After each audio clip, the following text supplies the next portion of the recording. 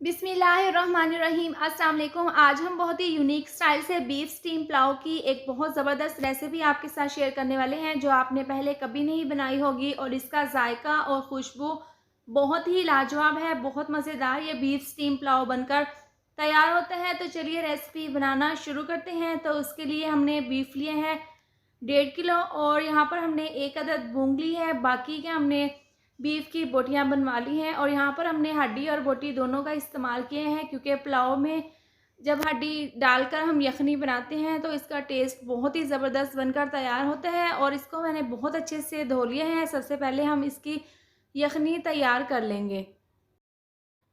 पुलाव के लिए यखनी तैयार करने के लिए सबसे पहले प्रेशर कुकर में हम ये तमाम बीफ डाल देंगे और इस तरह से डालने के बाद 4 गिलास हम इसके अंदर पानी डाल देंगे और यहाँ पर बीफ को हम 50% गला लेंगे। बाकी का जब हम स्टीम करेंगे तो इसको हम गला लेंगे। और इस तरह से पानी डालने के बाद 1 चम्मच भरकर टेस्ट के हिसाब से नमक डाल देंगे और 2 अदद प्याज इस तरीके से छील कर इसके अंदर डाल देंगे और 1 चम्मच भरकर हम इसके अंदर डाल देंगे साबुत ज़ीरा। इससे यखनी में बहुत ही अच्छा सा टेस्ट आएगा। 5 से 6 अदद लौंग, 2 बादियान के फूल और 4 अदद बड़ी इलायची और इसके साथ ही 2 तेज़पात के पत्ते इसके अंदर डाल देंगे।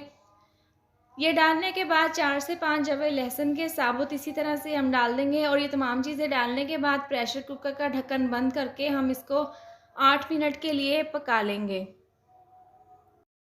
यखनी को पकते हुए 8 मिनट हो गए हैं और ये ज़बरदस्ती खुशबूदार यखनी बनकर तैयार है। बीफ को हमने यहाँ पर 50% गला लिया है। इसके बाद तमाम बीफ की जो बोटियाँ हैं इसको हम अलहदा रख लेंगे और यखनी को हम छान लेंगे। अगर आप खड़े मसाले पोटली बनाकर डालना चाहें यखनी में तो डाल सकते हैं। ठंडा करने के बाद बीफ के ऊपर हमने जो मैरिनेशन करनी है वो हम तैयार कर लेंगे। तो उसके लिए सबसे पहले हम एक बाउल में डाल देंगे 1 कप ग्राइंड किया हुआ दही, 4 चम्मच टमाटो केचप। ये डालने के बाद आधी चम्मच हम इसके अंदर टेस्ट के हिसाब से नमक डाल देंगे। 1 चम्मच भरकर कुटी हुई लाल मिर्च, इससे बहुत ही अच्छा सा टेस्ट आएगा मिक्सचर में।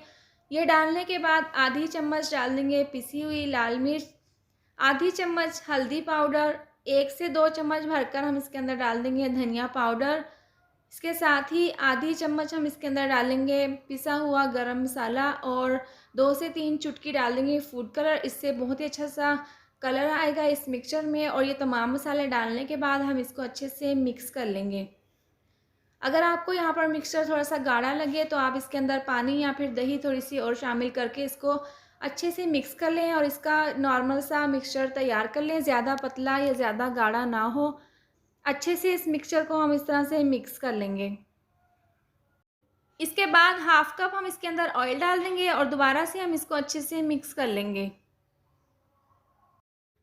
तमाम बीफ को यखनी से निकालने के बाद हमने इसको अच्छे से ठंडा कर लिया है और ये जो मिक्सचर हमने तैयार किया है वो हम इसके ऊपर इस तरह से डाल देंगे। आप इस बात का ध्यान रखें, आप जब भी स्टीम बनाएं तो आप गोश्त को पहले अच्छे से ठंडा कर लें और इस तरह से डालने के बाद हम हाथों की मदद से इस मिक्सचर को अच्छे से बीफ पर लगा देंगे। बहुत ही ज़बरदस्त ये बीफ स्टीम पुलाव बनकर तैयार होगा। और इसके साथ ही अगर आपको मेरी ये वाली वीडियो पसंद आए तो आप इसको लाइक और शेयर करें। चैनल पर नए हैं तो इसको सब्सक्राइब कर दें और साथ दी हुई बेल को भी प्रेस कर दें। तो यहाँ पर तमाम बीफ को हमने अच्छे से मैरिनेट कर लिया है और इसको तकरीबन हम 4 से 6 घंटे के लिए इसी तरह से रेस्ट के लिए रख देंगे ताकि जो भी हमने मसाला जात इसके अंदर लगाए हैं उसका फ्लेवर अच्छे से इसके अंदर चला जाए। आप इसको पूरी रात के लिए भी रख सकते हैं। बीफ को मैरिनेट करके रखे हुए 6 घंटे हो चुके हैं। इसके बाद हम इसको स्टीम कर लेंगे। पहले हमने इसको 50% यखनी में गला लिया था, बाकी का हम स्टीम में गला लेंगे। तो उसके लिए सबसे पहले हम प्रेशर कुकर में एक सुराखों वाला स्टैंड रख देंगे और 2 गिलास हम इसके अंदर पानी डाल देंगे क्योंकि हमने इसको स्टीम करना है। इस तरह से पानी डालने के बाद इसके अंदर एक फॉइल पेपर का टुकड़ा रख देंगे और छुरी की मदद से हम इसके अंदर इस तरह से सुराख कर लेंगे और ये तमाम बीफ हम इसके अंदर रख देंगे। मैरिनेट करके रखे हुए बीफ को हमने फॉइल पेपर में डालकर अच्छे से कवर कर लिया है और इस तरह से कुकर में डालने के बाद इसका ढक्कन बंद करके हम इसको 8 मिनट के लिए स्टीम कर लेंगे। इसके बाद एक कढ़ाई में 1 कप ऑयल डालकर इसको अच्छे से गर्म कर लेंगे। दूसरे चूल्हे पर हमने इस बीफ को स्टीम होने के लिए रख दिया है। दूसरे चूल्हे पर हम इसके लिए चावल तैयार कर लेंगे। ऑयल गर्म होने के बाद 1 अदद प्याज बारीक काट कर इसके अंदर डाल देंगे और हल्का सा कलर आने तक फ्राई कर लेंगे। तो यहाँ पर प्याज में हल्का सा कलर आने के बाद 1 अदद टमाटर हम इसके अंदर डाल देंगे और अच्छे से हम इसको मिक्स कर लेंगे। मिक्स करने के बाद 1 से 2 चम्मच हम इसके अंदर डाल देंगे फ्रेश लहसुन अदरक का पेस्ट और चंद सेकंड के लिए अच्छे से मिक्स करके पका लेंगे। लहसुन अदरक का पेस्ट डालने के बाद हमने इसको चंद सेकंड के लिए पका लिया है। बहुत ही ज़बरदस्त इसकी खुशबू आ रही है। इसके साथ ही 1 चम्मच भरकर हम इसके अंदर डाल देंगे साबुत ज़ीरा। इससे पुलाव में बहुत ही अच्छा सा टेस्ट आएगा और ज़ीरा डालने के बाद हम इसको अच्छे से मिक्स करके पका लेंगे। ज़ीरा डालने के बाद हम इसके अंदर 1 चम्मच भरकर टेस्ट के हिसाब से नमक डाल देंगे, आधी चम्मच कुटी हुई लाल मिर्च, 1 से 2 चम्मच धनिया पाउडर और ये तमाम मसाले डालने के बाद हम इसके अंदर 2 अदद सब्ज़ मिर्चें डाल देंगे कट लगाकर और ये डालने के बाद हम इसको अच्छे से मिक्स कर लेंगे। और अगर आपका यहाँ पर मसाला जलने लगे तो इसके अंदर थोड़ा सा पानी डाल दें। पानी डालने के बाद हम इसको अच्छे से मिक्स करके 2 से 3 मिनट तक पका लेंगे।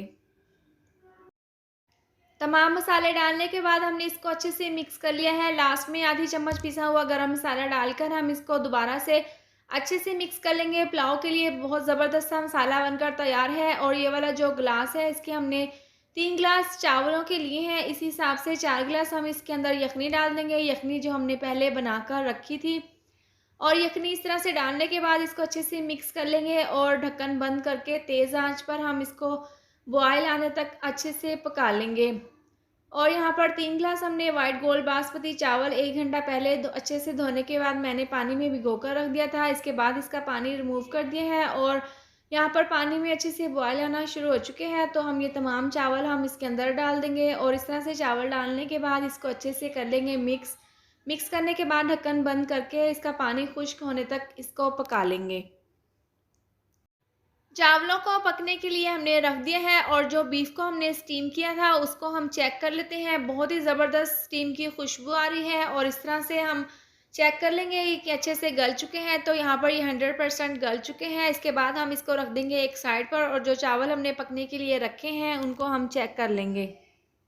इनको पकते हुए 5 से 6 मिनट हो गए हैं। ढक्कन खोलकर हम चेक कर लेते हैं। अभी इसमें काफ़ी पानी है तो हम मज़ीद इसको और पका लेंगे। और आप इस पॉइंट पर नमक चेक कर सकते हैं। अगर आपको नमक कम लगे तो आप इसके अंदर मज़ीद नमक और डाल सकते हैं। तो यहाँ पर मुझे थोड़ा सा नमक कम लग रहा था तो मैं 1 चम्मच इसके अंदर नमक और डाल दूँगी। और नमक डालने के बाद हम इसको अच्छे से मिक्स कर लेंगे। मिक्स करने के बाद ढक्कन बंद करके मज़ीद इसका पानी खुश्क होने तक पका लेंगे। चावलों को मज़ीद हमने 5 से 6 मिनट के लिए और पका लिया है और आप यहाँ पर देख सकते हैं इसका पानी अच्छे से खुश्क हो चुका है। तो दोबारा से हल्के हाथों से हम इसको ऊपर नीचे से अच्छे से मिक्स कर लेंगे और इनको हम दम लगा देंगे। दम लगाने से पहले जो हमने बीफ स्टीम किया था वो इसके ऊपर इस तरीके से रख देंगे और ये तमाम बीफ रखने के बाद हम इसका ढक्कन बंद करके इसको 15 मिनट के लिए दम लगा लेंगे।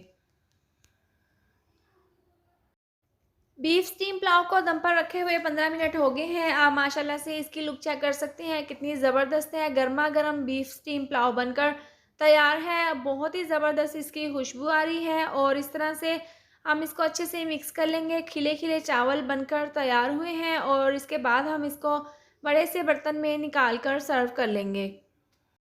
बीफ स्टीम पुलाव हम बड़े से बर्तन में निकाल कर सर्व कर लेंगे। आप देख सकते हैं चावल कितने खिले खिले बनकर तैयार हुए हैं। इनका टेस्ट बहुत ही ज़बरदस्त है। आप अपने घर पर इस रेसिपी को एक बार ज़रूर ट्राई करें। उम्मीद करती हूँ आपको मेरी ये मज़ेदार सी रेसिपी ज़रूर पसंद आई होगी। तो ये थी हमारी आज की वीडियो। अगर आपको मेरी ये वीडियो पसंद आई हो तो इसको लाइक और शेयर करें और अगर आप मेरे चैनल पर नए हैं तो इसको सब्सक्राइब कर दें और साथ दी हुई बेल को भी प्रेस कर दें ताकि मेरे आने वाली हर नई वीडियो का नोटिफिकेशन आपको मिलता रहे। अल्लाह हाफिज़।